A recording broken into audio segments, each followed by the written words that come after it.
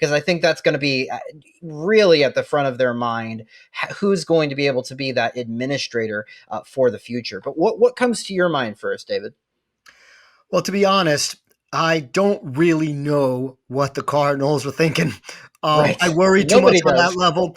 I I actually think that there's again, I'm seeing things naturally. And that's in a sense the only way maybe I can evaluate things. I don't know what, sort of divine supernatural things will be at work, but I do think there is going to be just a fair amount of politicking and a fair amount of, I think there's a big block that's been made a cardinal by Francis, and many of them certainly sort of hold to his ideology and want to kind of keep continuity there.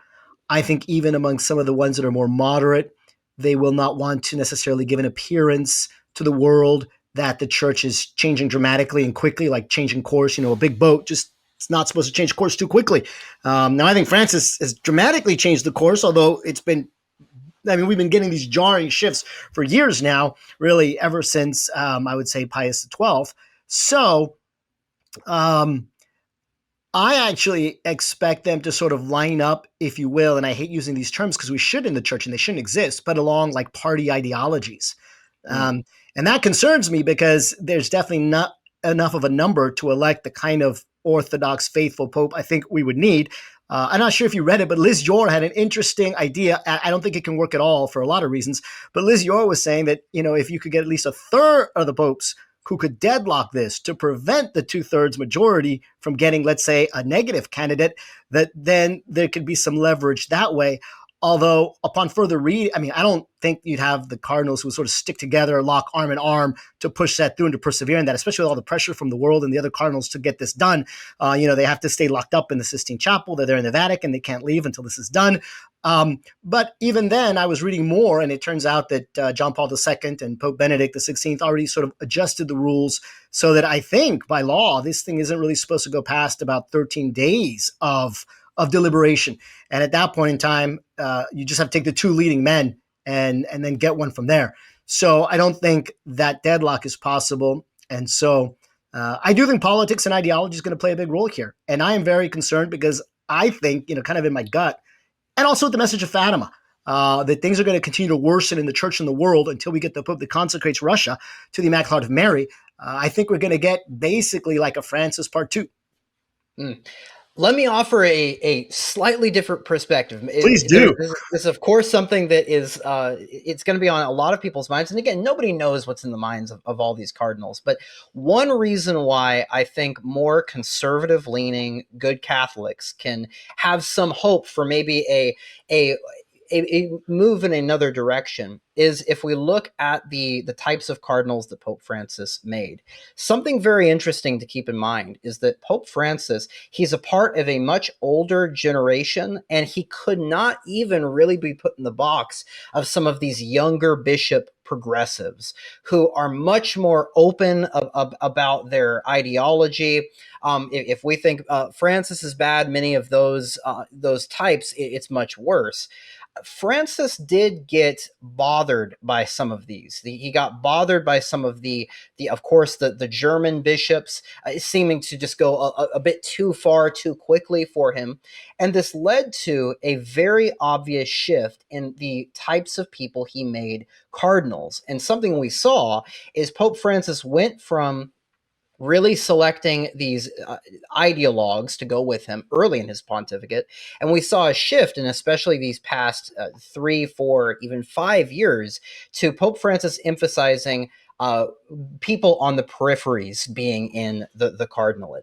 And the reason why this is very interesting is, of course, where did Pope Francis get the most opposition for something like fiducia supplicans, or even restricting the traditional Latin Mass? It was Eastern Europe, Africa, and many parts of Asia. Many parts of Asia, you still have bishops promoting something called sodomy laws, which is making it illegal even to practice homosexuality. And many of those bishops were made cardinals by Pope Francis due to his ideology of wanting to make those periphery cardinals, bishops, elevated to the cardinalate. And so one thing we might see is a sort of accidental, even though this was motivated through a sort of progressive push to widen the church, it might actually turn against the progressive movement. And that's why we've seen some reports, and we've reported this on Catholic Family News, some Vatican watchers and analysts have actually reported around 2/3 of the cardinals would be considered something we would call a moderate to conservative, and that that's a wide range of opinions there, but all of that is saying that those 2/3 are certainly not the kind of progressives that we would expect, the worst of the worst, the Father James Martins, etc. But that's possibly me being a bit too much of an optimist here. Well, and the other thing I would just throw a little bit of a monkey wrench into what you're saying is Mm, that another effect. There's probably several, but another effect of this widening and this broadening and going out to the periphery for the cardinalate is that the group's got much larger. It used to be limited in mm, size. Pope Francis specifically wanted to expand it, and a lot of these cardinals don't know each other that well. very So true. that's tough because you know one of the things that they do when they first gather, because the conclave is supposed to start between 15 and 20 days from the death of the pope, has to start by 20 days. But once they gather, they start doing different things led by the chamberlain, the Camelongo, who right now is Cardinal Kevin Farrell. Anyway, they start talking and they give Mm, speeches and they talk about like what the church needs. So, for example, in the last conclave, this is, I think, where Jorge Bergoglio like made a lot of waves with certain speeches about how reform was needed in the church. And of course, we knew that there was the whole money scandal, which still is going on, the pedophilia scandal, the whole sodomitical scandal. I mean, there's been all mhm, these scandals, and I think from things I've heard, a number of the Cardinals were swayed by Jorge Bergoglio to vote for him, especially those who weren't maybe on the in of the St. Gallen Mafia that Julie Maloney has reported on.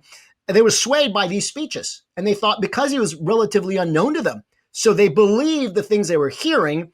And then they really, if they'd had time to go and do a more in-depth investigation in Buenos Aires, in Argentina, and talk to the people who knew him there, they'd have got a very good, different sense of who Bergoglio mhm. was. I think already once he got there, like his colors didn't change that much.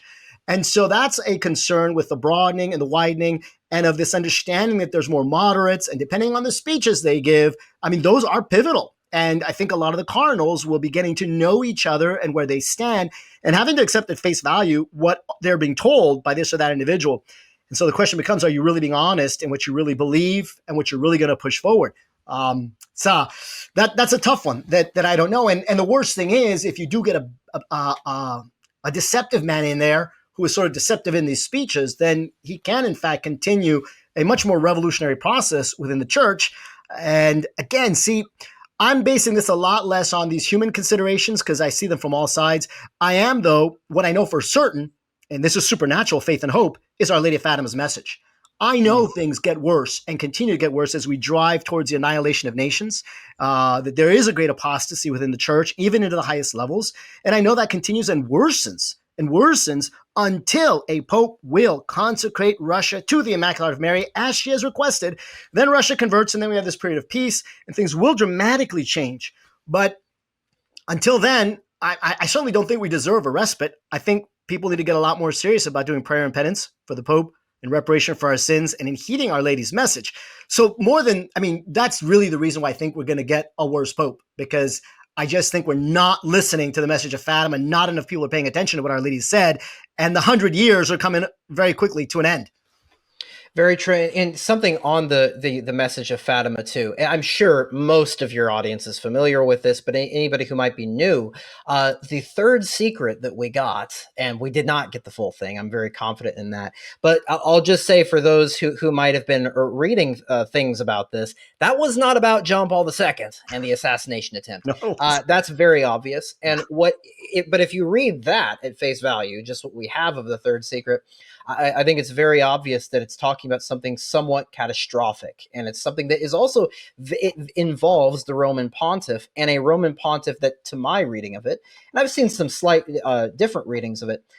It's going to involve a pontiff that's going to be willing to die for the faith, for the church, or at least we'll come to that point. It might be something like a Pius IX, where he starts out a liberal and gradually moves to being a more staunch conservative. So we could see things like that. So nobody needs to lose hope during this time. But so that's all things to keep in mind.